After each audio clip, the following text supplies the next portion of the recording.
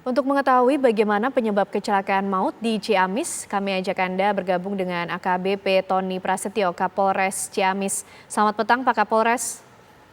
Selamat petang, Mbak. Ya, Pak Kapolres, bagaimana kemudian hasil olah TKP yang sudah dilakukan petugas di lokasi kejadian, Pak? Ya, baik.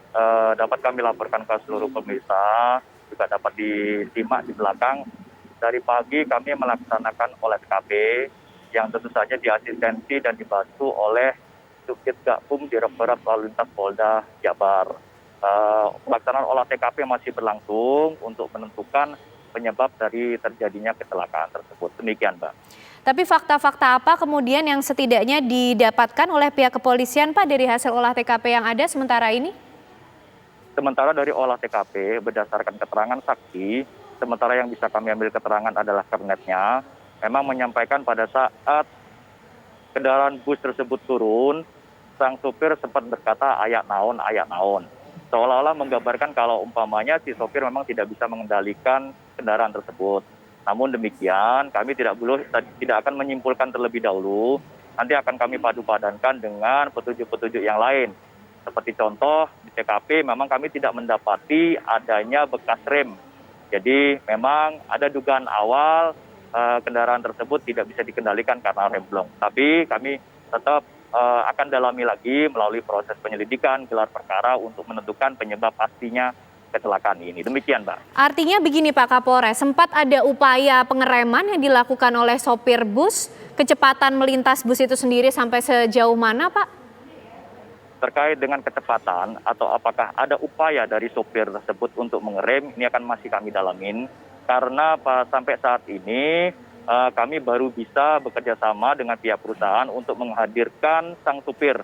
Karena pasca sesaat setelah kejadian memang supir tidak berada di TKP.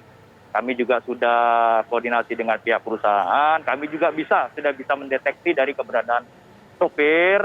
Insya Allah dalam waktu dekat pengendara akan bisa kami hadirkan untuk diambil keterangannya.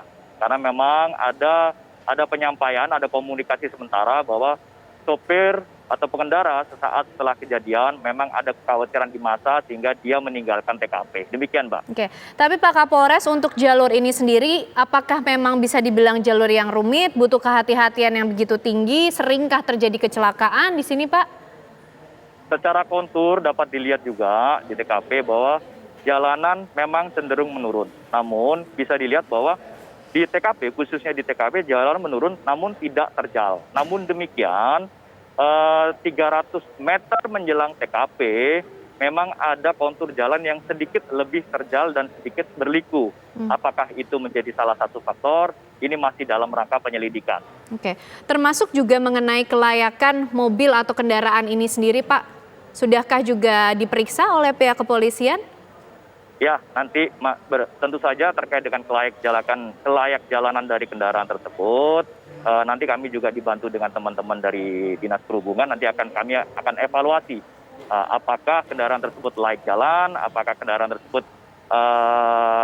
masih bisa dipergunakan sehingga tidak menjadi penyebabnya. Jadi masih kami dalam. Oke, kalau dari muatannya sendiri Pak Kapolres, apakah ini melebihi muatan atau sebenarnya sudah masuk dalam standar yang ada? Ya, terdata oleh kami sementara tadi malam terdapat 47 penumpang. Namun demikian ada keterangan dari Keternet, ada konduktor bahwa kendaraan tersebut memuat sampai 60 orang. Ini masih kami validkan terlebih dahulu. Kami akan meminta manifest atau daftar dari penumpang sehingga nanti kami bisa menyimpulkan apakah kendaraan tersebut overload terkait dengan penumpangnya atau enggak. Dikaitkan dengan spesifikasi dari bus itu sendiri. Oke, baik, kita tunggu nanti perkembangan penanganan kasus ini. Terima kasih Kapolres Ciamis, AKBP Tony Prasetyo sudah berbagi informasi dan waktunya bersama kami di Kabar Petang Pilihan.